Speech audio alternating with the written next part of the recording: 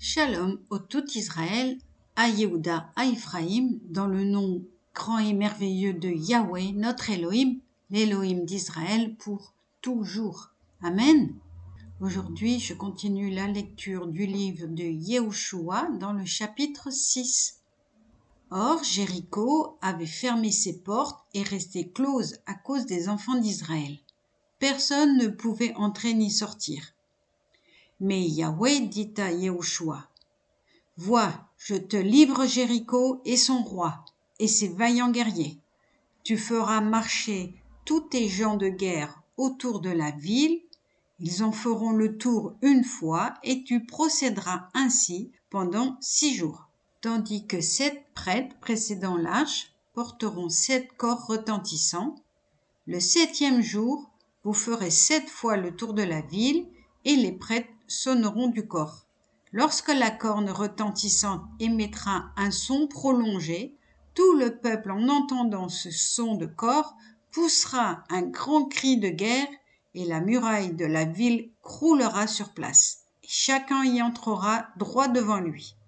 Yehoshua, fils de Nun, manda les prêtres et leur dit, « Portez l'arche d'alliance, et que 7 prêtres munis de 7 corps retentissants précèdent l'arche de Yahweh. » Et au peuple il dit, « Allez, faites le tour de la ville, et que l'avant-garde passe devant l'arche de Yahweh. » Dès que Yehoshua eut parlé au peuple, les 7 prêtres munis de 7 corps retentissants s'élancèrent devant Yahweh en sonnant du corps. L'arche d'alliance de Yahweh marchait derrière eux. L'avant-garde marchait devant les prêtres qui sonnaient du corps, l'arrière-garde suivait l'arche, et l'on s'avança ainsi au son du chauffard. Yehoshua avait fait cette recommandation au peuple, « Ne poussez point le cri de guerre, ne faites pas même entendre votre voix, et que pas un mot ne sorte de votre bouche, jusqu'au jour où je vous dirai « Poussez des cris !» Alors vous ferez éclater vos cris. » L'arche de Yahweh ayant fait une fois le tour de la ville, ils rentrèrent au camp et y passèrent la nuit. Yehoshua recommença le lendemain de grand matin. Les prêtres prirent l'arche de Yahweh. Les 7 prêtres ayant en main les 7 corps retentissants s'avancèrent devant l'arche, toujours sonnant de leur corps, l'avant-garde devant eux, l'arrière-garde suivant l'arche, tandis qu'éclatait le son des corps. Ce second jour, ils firent le tour de la ville, de nouveau une fois, puis retournèrent au camp. On procéda de la sorte pendant 6 jours. Le 7e jour, s'étant levé dès l'aurore, ils firent dans le même ordre le tour de la ville 7 fois. C'est ce jour-là seulement qu'on fit 7 fois le tour de la ville. Au 7e tour, quand les prêtres embouchèrent leur corps, Yehoshua dit au peuple, « Poussez le cri de guerre, car Yahweh vous a livré cette ville. Elle sera anathème au nom de Yahweh avec tout ce qu'elle renferme. Seule Rahab, la courtisane, aura la vie sauve, ainsi que toutes les personnes qui sont chez elle, parce qu'elle a mis à l'abri les émissaires que nous avions envoyés. Mais prenez bien garde à l'anathème et n'allez pas, l'anathème une fois prononcé, vous en approprier quoi que ce soit. Ce serait attirer l'anathème sur le camp d'Israël. Ce serait lui porter malheur. Quant à l'argent et à l'or, aux ustensiles de cuivre et de fer, ils sont réservés au service de Yahweh.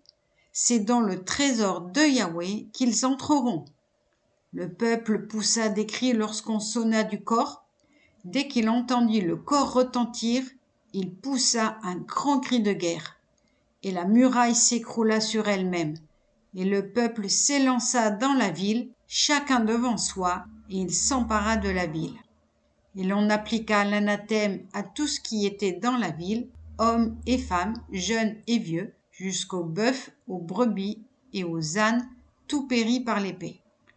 Aux 2 hommes qui avaient exploré le pays, Yehoshua avait dit, « Entrez dans la maison de la courtisane et faites-en sortir cette femme et tout ce qui lui appartient, ainsi que vous le lui avez juré. » Ces jeunes gens, les explorateurs, y allèrent, firent sortir Rahab avec son père, sa mère, ses frères et tous les siens, toute sa parenté, et ils les mirent en sûreté hors du camp d'Israël. On brûla la ville et tout son contenu, sauf l'argent et l'or, les objets de cuivre et de fer, qu'on déposa dans le trésor de la maison d'Élohim.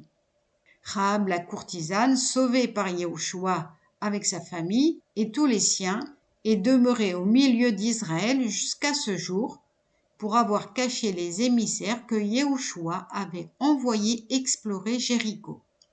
En ce même temps, Yahushua prononça cette adjuration. Sois maudit devant Yahweh celui qui entreprendrait de rebâtir cette ville, de relever Jéricho, que la pose de la première pierre lui coûte son premier-né et celle des portes le plus jeune de ses fils. C'est ainsi que Yahweh assista Yahushua et que sa renommée se répandit dans tout le pays. Amen.